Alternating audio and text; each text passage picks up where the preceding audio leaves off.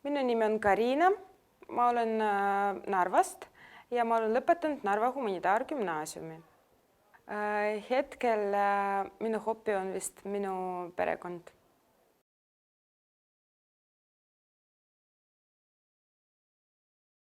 Ma töötan juba 2 kuud firmas Creative Media Service, mis tegeleb reklaamiga.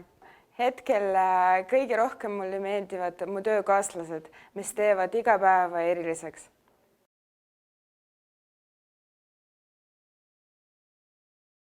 Kuna sekretärist algab iga töötaja päev, nii et sekretär peab looma kontoris hea õhkkonda, nii et sekretär peaks olema professionaalne ja täpne.